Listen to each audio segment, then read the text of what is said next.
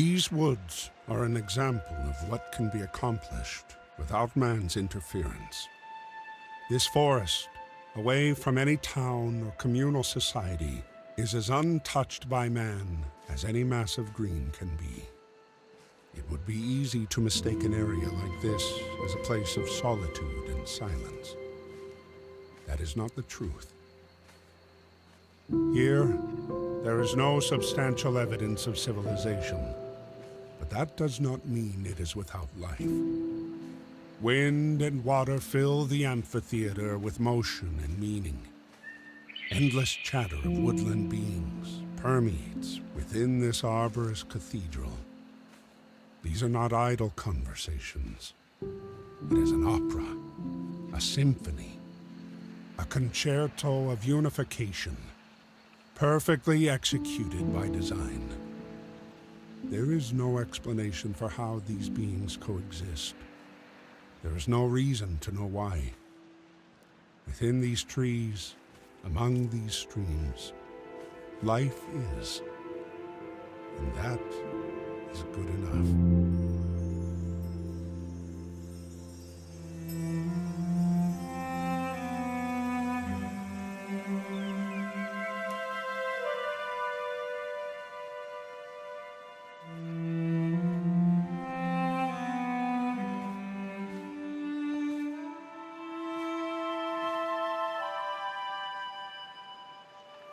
Nature is not entirely benevolent, and yet this does not take away from its beauty.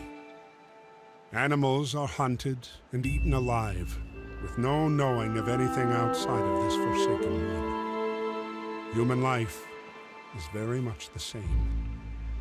Every day is lived knowing that any moment could be your last. But it is assumed that now is not that moment. Today is not that day. There is a desire to strive for significance, but in the end, every day ends just the same. These vicious beings live doing what they must do to survive, even if it means the end of another creature's life. Does this make them any different than the small rodent burrowing its home within the confines of a tree to seek shelter from the outside world? Even something as beautiful as a flower can be subjected to draining the essence of other greenery to stand a little bit taller and glow a little bit brighter.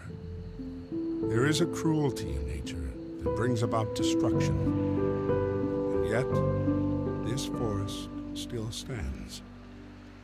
Life carries on, even if it's not the life that came before.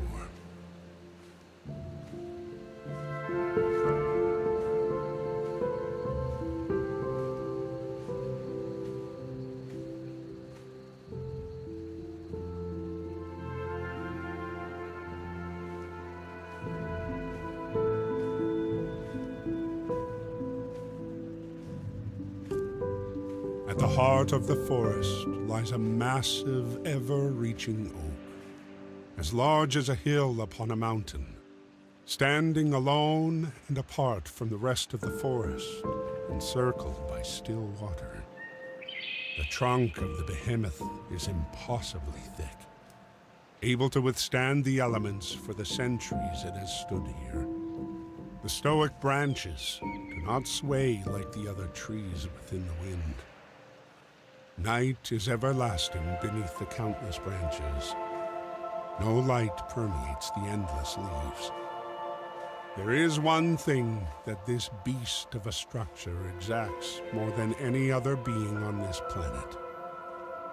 It endures. It endures the frost of the winter, the storms of the spring, the scorch of the summer, and the collapse of autumn. It endures the loneliness from being different and unyielding.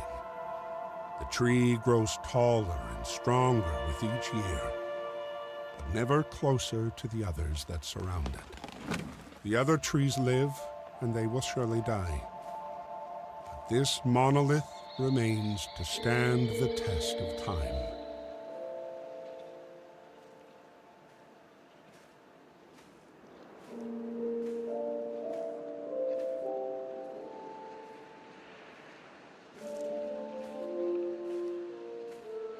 streams cut into the wooded area like capillaries, carrying the essence of life from the top of the hills to all the organs of the forest.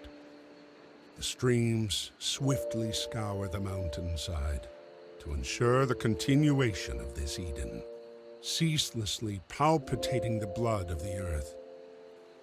Unlike a standard circulatory system, the cycle of this network of vitality does not return to its source. It only travels downward into the endless expanse of the sea, to nevertheless return as droplets in the rain. Following the streams is a sure way to reach the colossal peak, if one were not to worry about the definitiveness of gravity. There is only one way to reach that height so directly, and it requires wings. Without a transport of such convenience, one must move onward into the dense arteries of the mountain, where the sun is no longer your companion, and the loneliness truly sets in. The dark takes over, and there is nowhere else but forward. There is no more going back.